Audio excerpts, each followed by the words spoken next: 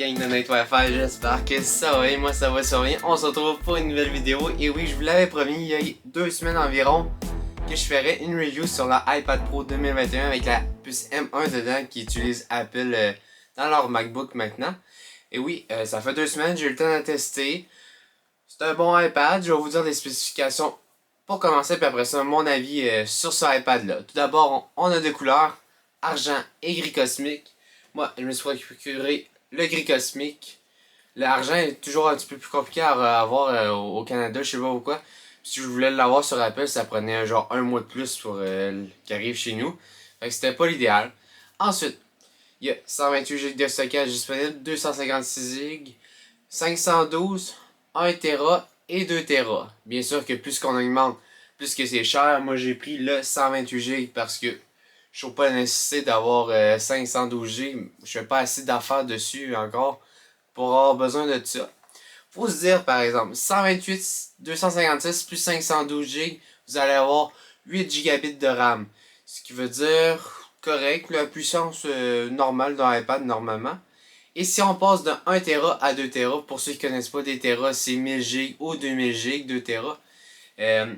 On passe à 16 GB de RAM. Fait qu'on va avoir vraiment une augmentation de la rapidité du iPad malgré qu'il est déjà assez rapide avec 8 GB de RAM. J'aimerais ça tester pour vrai avec 16 GB de RAM. C'est juste wow. La M1 qui a boosté l'iPad pour vrai, on s'attendait pas à ça quand ils ont annoncé le nouveau iPad. Moi je m'attendais plus à un 13 A13X comme le 12X l'année passée, la puce. Mais la M1 fonctionne très bien, ça fonctionne comme un ordi. J'ai branché mon clavier, ma souris aussi pour tester. Ça va super bien. Est-ce que je serais prêt à dire que ça remplacerait un ordi? Je pense pas, on n'a pas toutes les mêmes fonctions. iOS 15 iPadOS 15 est assez complet. Ben, qu'est-ce qu'ils ont annoncé? Mais on n'atteint pas qu'est-ce qu'un ordi est présentement. J'ai pas le Magic Keyboard. Moi, dépenser 400$ sur un étui puis un clavier, ça me fait mal un peu à mon portefeuille puis à ma tête. Fait que j'ai pas dépensé là-dessus. J'ai acheté juste un clavier à part. Ça va super bien. Ensuite, ce qui vient dans la boîte, on a le fil USB-C, un bloc de 20 watts, ce qui est vraiment super parce que le iPad va charger 15 watts rapide. Il charge super rapidement comparément au iPhone 12 et tous les iPhones précédents. Et on a bien sûr l'iPad avec la M1 dedans dans la boîte. La boîte qui est pas très... Tu sais, quand ils visent sur l'environnement, c'est pas... cette boîte-là, Apple venez pas me dire que c'est écologique comme boîte. Elles sont 2 fois plus grosses, sont encore grosses comme avant. Ensuite, on passe aux écrans.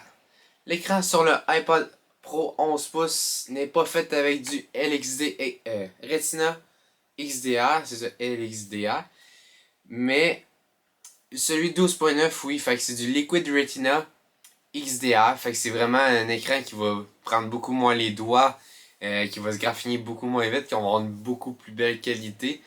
On a en plus de ça, sur le modèle 12.9, on a des mini LED qui vont augmenter la couleur de l'image sur votre iPad. Les couleurs sont wow, là, je vais revenir là-dessus un petit peu plus tard sur mon avis, mais j'ai rien à dire. Pour vrai, la qualité d'image est parfaite. Il n'y a aucun appareil qui peut battre ça. Ben, en tout cas, sauf un portable, là, mais il n'y a aucun appareil qui peut battre ça du côté du chez Android. C'est certain. Ensuite, pour la qualité d'image, on peut atteindre jusqu'à 2160p par 60 images. Est-ce que c'est suffisant? Moi, je trouve ça ben en masse. De toute façon, sur YouTube, on peut pas vraiment aller plus haut que ça. Peut-être P80, mais je suis pas certain. L'iPad Pro 2021 est compatible avec la deuxième génération de Apple Pencil que j'ai présentement avec moi. Je pense qu'il revient à 160$ si je me trompe pas. Ça a peut-être changé un peu. Peut-être qu'ils préparent le Apple Pencil 3, fait qu'ils ont descendu un peu le 2 pour écouler les stocks. Mais on le sait pas. Ensuite, vous savez, le iPad Pro nous a surpris parce qu'avec ses 2 caméras, à chaque année, il nous surprend à Apple. Parce que pourquoi mettre 2 caméras sur un iPad? Tout d'abord, je vais vous dire, achetez pas un iPad pour faire des photos, c'est affreux, ça sert à rien. On a un zoom x5, on a quand même de la vidéo 4K, mais c'est pas wow. On a grand angle, ultra grand angle, la ultra grand angle va être de 10 mégapixels et la grand angle va être de 12 mégapixels, fait que c'est pas c'est pas wow, là, on n'entend pas de la photo du côté chez le iPhone. Avec la caméra, on trouve la True Depth, c'est qu'est-ce qui va permettre de vous numériser votre visage comme en emoji. Aussi faire des mesures. Depuis un certain moment, on est capable de prendre des mesures avec la caméra du côté du iPhone et du iPad. C'est vraiment super. Je sais que le monde utilise beaucoup l'iPad pour faire des affaires de design, des affaires de construction. Avec sa grande écran, c'est facile de superposer puis de faire plein d'affaires. Qu'est-ce qui est nouveau avec ce iPad-là, aussi autre que le mini LED et l'écran XDR? C'est le show, ok? C'est vraiment... la caméra va vous suivre pendant que vous allez être en FaceTime. Je l'ai testé, ça marche super bien comme vous voyez. C'est super. Je pensais pas qu'elle allait sortir ça. Je m'attendais un petit peu plus à plus de nouveautés. Mais on en revient là-dessus un petit peu plus tard. Pour finir, on a 5 micros. Et oui, pas moins. 5 micros quand même qui va fournir l'iPad. Fait qu'on va avoir du son de qualité. Et on a 4 haut-parleurs qui vont vous sortir du son si vous auriez un haut-parleur à part le top notch. Fait que bravo Apple là-dessus. L'iPad Pro tient encore ses promesses. C'est super. Maintenant, mon avis à moi. Premièrement, si vous avez le iPad Pro 2020, ne changez pas. Ça sert presque à rien. C'est à part, comme je vous dis, l'affaire de caméra qui vous suit pendant le FaceTime. Il n'y a rien qui change. Le Liquid Retina va avoir un effet, le mini LED aussi, mais pas autant. Là, à part quand vous allez écouter des vidéos YouTube, tu sais, sur le modèle 2020, je me souviens, c'était vraiment noir, noir, noir au-dessus puis en dessous de la vidéo. Là, c'est pas noir, c'est blanc, ça tire sur le bleu des fois.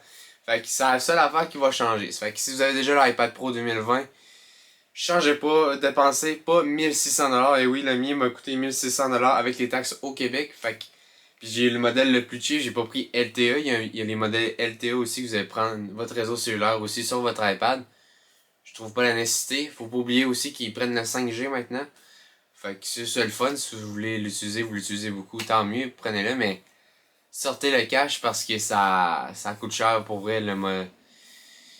Ils te le font payer l'extra. Ensuite, il y a vraiment des belles couleurs pour vrai quand on écoute Netflix, YouTube. Vous allez voir, les images sont d'une clarté impossible qui est dur à atteindre du côté d'un téléphone presque. C'est comme une mini TV selon moi, un portable, rendu là, oui. Ensuite, qu'est-ce que j'avais pas remarqué sur l'iPad Pro 2020, peut-être que ceux qui l'ont encore pourraient me dire, mais quand moi j'écoute à ça des séries Netflix, on a le son Dolby Atmos vraiment présent. Fait que donc le personnage il parle à gauche de l'écran, le son va juste sortir, ben il sortira pas juste à gauche, mais il va être vraiment plus présent à gauche. Puis mettons le auto traverse, on va entendre le son traverser tous les haut-parleurs. C'est capoté la technologie qu'on est rendu avec. Fait que ça c'est vraiment mes gros coups de cœur. Mais moi, mon coup de cœur, encore là, USB-C 15 watts, j'aurais voulu un petit 20-25 watts de chargement. C'est une machine, si on mettrait ça, ça serait vraiment une grosse machine de guerre. Mais, et deuxième point, Apple arrêtez de dire que ça va pouvoir remplacer le laptop, ça pourra jamais. C'est pas assez développé. L'iPad OS c'est pas encore assez comme le Monterey qui va s'appeler sur les nouveaux iMac. Sont pas assez développés. C'est que si vous voulez vraiment hésiter entre un portable puis un iPad Pro, moi j'irais avec le portable si c'est plus pour l'école, pour le travail. Vous pouvez en acheter un, mais ça fait vraiment pas. Les logiciels fonctionnent pas de la même façon. Regardez, Instagram n'est même pas disponible encore sur l'Apple Store. Ça va être Instagram pour téléphone, mais ça sera pas Instagram pour iPad. Fait que votre écran va être gros comme ça. Un petit dernier point positif, la batterie. La batterie. C'est imbattable. Je pense que c'est rendu à 12 000 mAh. Là, je l'utilise pas pendant 3 jours de temps.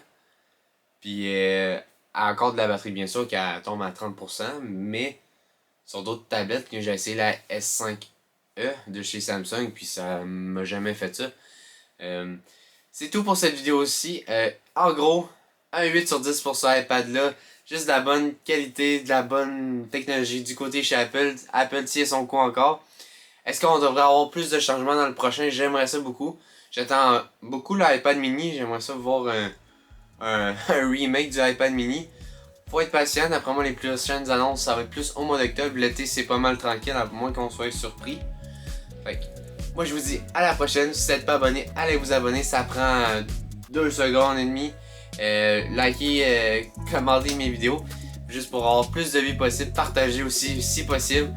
Je vous aime. Merci aux 120 abonnés encore qui sont abonnés. Pour ceux qui écoutent qui sont pas abonnés, je répète, abonnez-vous s'il vous plaît. Ça s'augmente, ça augmente.